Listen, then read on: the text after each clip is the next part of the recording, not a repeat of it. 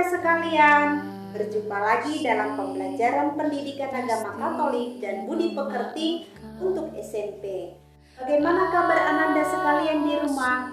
Mem berharap semuanya Ananda dalam keadaan sehat dan tetap semangat mengikuti PJJ kita dari rumah. Nah, sebelum kita mendalami materi kita hari ini, terlebih dahulu kita ambil sikap hening sejenak, kita berdoa. Dalam nama Bapa dan Putra dan Roh Kudus, amin.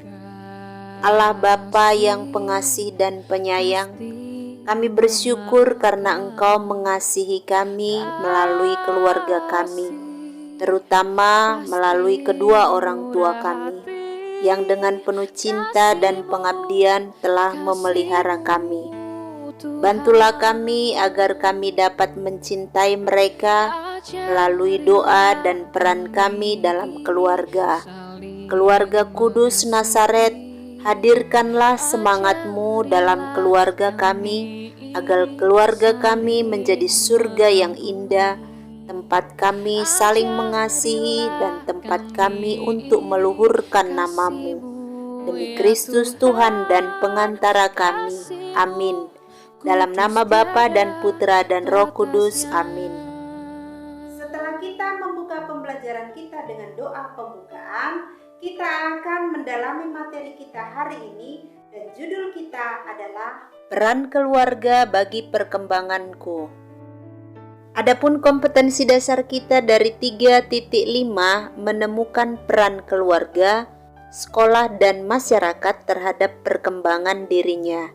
Dan indikator pencapaian hasil belajar pada akhir pembelajaran diharapkan siswa mampu menyebutkan faktor-faktor yang dapat merusak kehidupan keluarga zaman sekarang, menyebutkan peran anggota keluarga dalam perkembangan dirinya, menyebutkan berbagai tindakan yang selayaknya dilakukan demi keutuhan dan keharmonisan keluarga, menjelaskan peran keluarga menurut dokumen Konsili Vatikan II, Pernyataan tentang Pendidikan Kristen, artikel 13, dan menyusun doa untuk keluarga.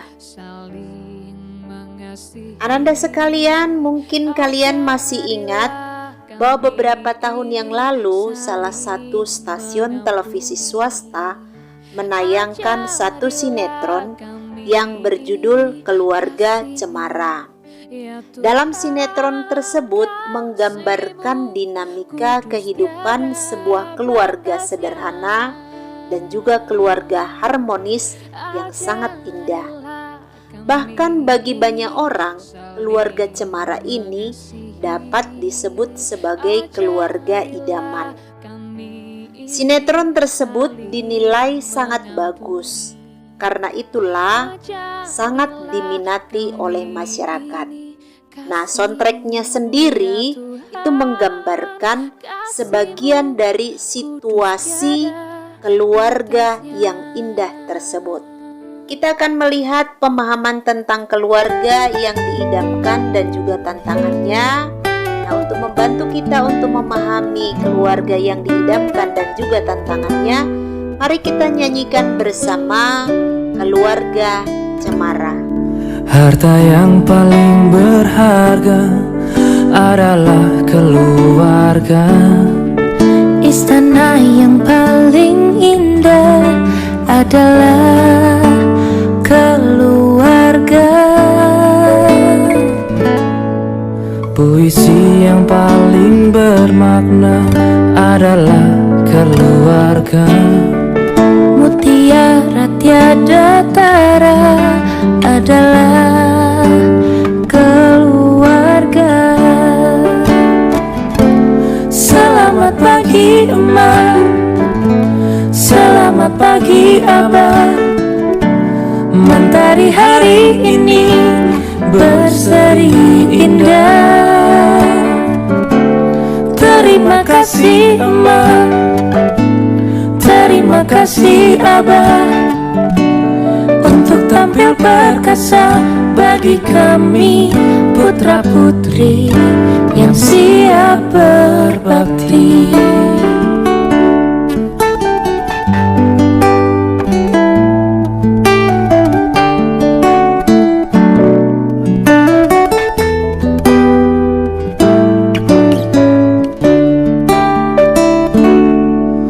Harta yang paling berharga adalah keluarga. Istana yang paling indah adalah keluarga.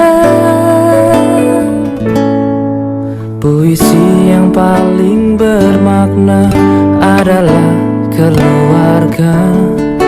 Mutiara tiada tara adalah keluarga.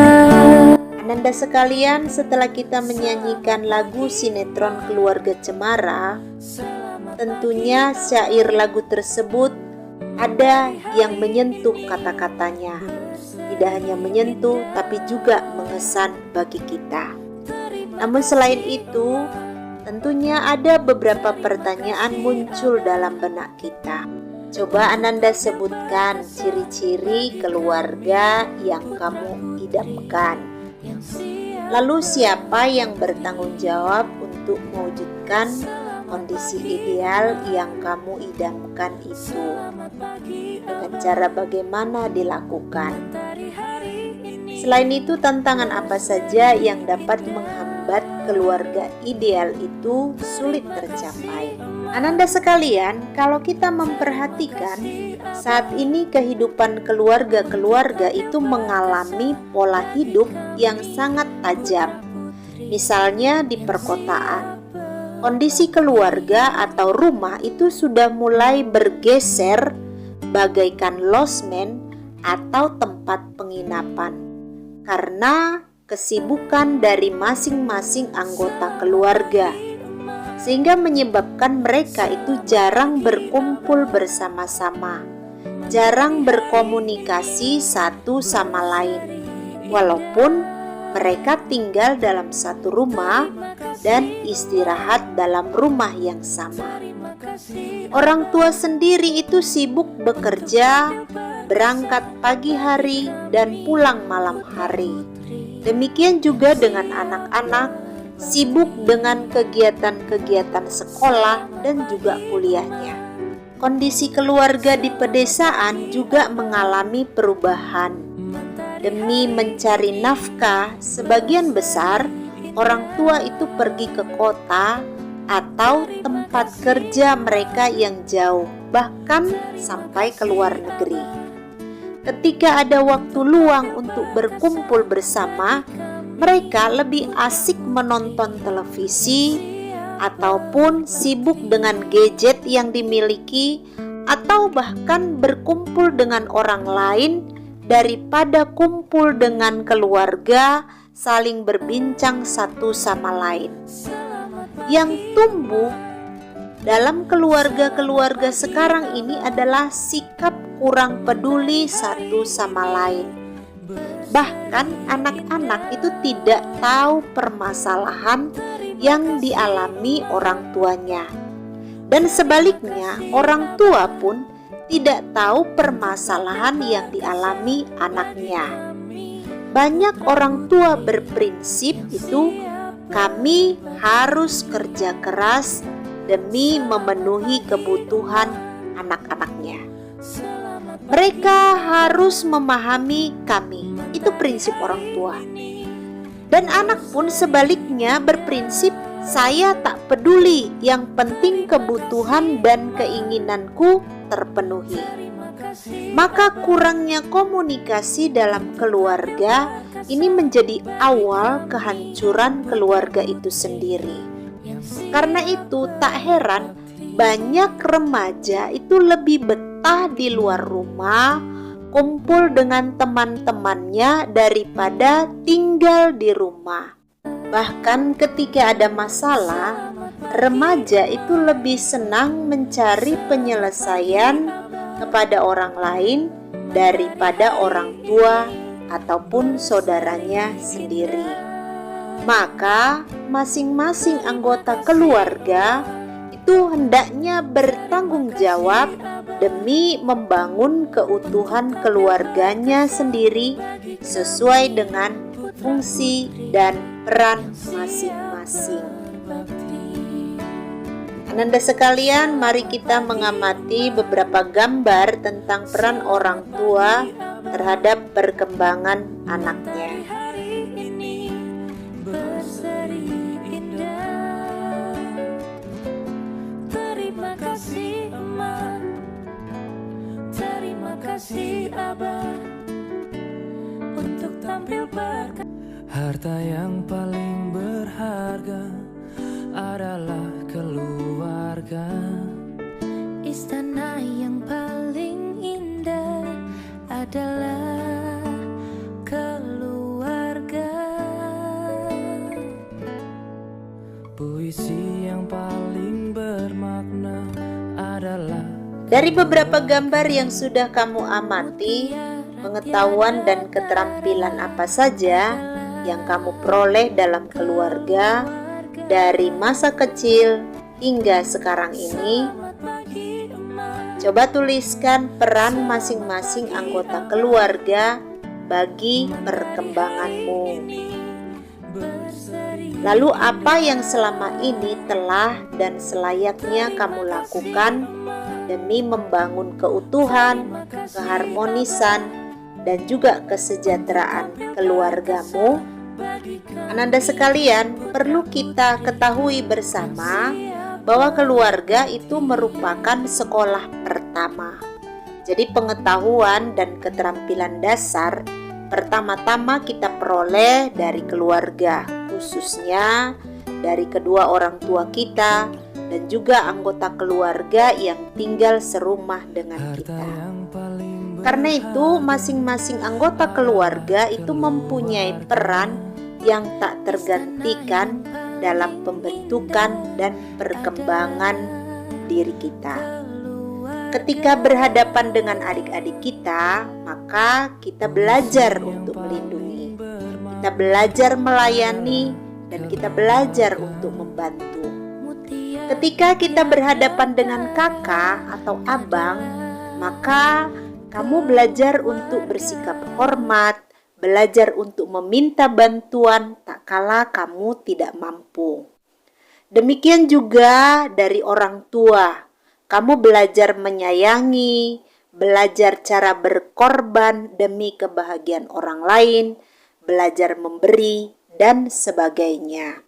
Mengingat penting dan besarnya peranan keluarga bagi perkembangan dirimu, maka kamu ikut bertanggung jawab terhadap keluarga. Nah, tanggung jawab itu bisa dinyatakan dalam ikut ambil bagian dalam permasalahan keluarga, pekerjaan keluarga, dan sebagainya. Jadi kamu bukanlah tamu. Nah, keterlibatan dalam keluarga yang paling sederhana dapat kamu nyatakan dengan cara memberi perhatian pada peristiwa-peristiwa khusus ataupun istimewa dalam keluarga. Misalnya, kamu memberi ucapan selamat pada anggota keluarga yang berulang tahun dan sebagainya. Ananda sekalian, setelah kita mengamati beberapa gambar tentang peran orang tua terhadap perkembangan anak, sekarang kita lihat bagaimana pandangan gereja tentang peran keluarga bagi perkembangan diri kita. Nah, kita lihat dari dokumen Konsili Vatikan kedua tentang pendidikan Kristen artikel 3. Mem akan membacakan artikel ini untuk kita semua. Karena orang tua telah menyalurkan kehidupan kepada anak-anak, terikat kewajiban amat berat untuk mendidik anak mereka. Maka orang tualah yang harus diakui sebagai pendidik mereka yang pertama dan utama. Begitu pentinglah tugas mendidik itu, sehingga bila diabaikan sangat sukar pula dapat dilengkapi. Sebab merupakan kewajiban orang tua menciptakan lingkungan keluarga yang diliputi semangat bakti kepada Allah dan kasih sayang terhadap sesama sedemikian rupa, sehingga menunjang keutuhan pendidikan pribadi dan sosial anak-anak mereka. maka keluarga itulah lingkungan pendidikan pertama, keutamaan-keutamaan sosial yang dibutuhkan oleh setiap masyarakat. Adapun terutama dalam keluarga Kristen yang diperkaya dengan rahmat serta kewajiban sakramen perkawinan, anak-anak sudah sejak dini harus diajar mengenal Allah serta berbakti kepadanya dan mengasihi sesama seturut iman yang telah mereka terima dalam baptis. Disitulah anak-anak menemukan pengalaman pertama masyarakat manusia yang sehat serta gereja. Melalui keluargalah akhirnya mereka lambat laun diajak berintegrasi dalam masyarakat, manusia, dan umat Allah. Maka hendaklah para orang tua menyadari betapa pentinglah keluarga yang sungguh Kristen untuk kehidupan dan kemajuan umat Allah sendiri. Ananda sekalian, setelah kita menyimak dokumen Konsili Vatikan kedua, Pernyataan Pendidikan Kristen artikel 3, di sana dirumuskan bahwa keluarga dalam hal ini orang tua memiliki tugas dan tanggung jawab untuk mendampingi anak-anaknya agar anak-anaknya menemukan identitas dirinya sebagai umat Allah dan sekaligus juga sebagai warga masyarakat. Karena anak-anak pada dasarnya merupakan penerus gereja, bangsa, dan negara. Orang tua itu mendidik anak-anaknya dalam hidup berimannya melalui teladan hidup dan pengajaran, sehingga diharapkan anak-anak menjadi orang beriman yang dewasa. Nah, seseorang itu memiliki iman yang dewasa tidak terjadi dengan sendirinya, tetapi melalui proses yang terus-menerus, terutama lewat peran keluarga, dalam hal ini orang tua, dan dalam relasi sang anak sendiri secara pribadi dengan Allah. Ananda sekalian, setelah kita mendalami materi kita hari ini yang berjudul Peran Keluarga bagi Perkembanganku, maka silahkan Ananda memejamkan mata dalam suasana hening. Tentu Ananda sekalian tidak asing lagi dengan lagu Kasih Ibu. Coba Ananda sekalian nyanyikan lagu Kasih Ibu ini dalam hati dengan tidak tergesa-gesa sambil merasakan makna kata-katanya. Kalau kalian terbiasa memanggil ibu dengan panggilan lain seperti mama, bunda, atau yang lainnya, silakan mengganti kata ibu dengan panggilan tersebut.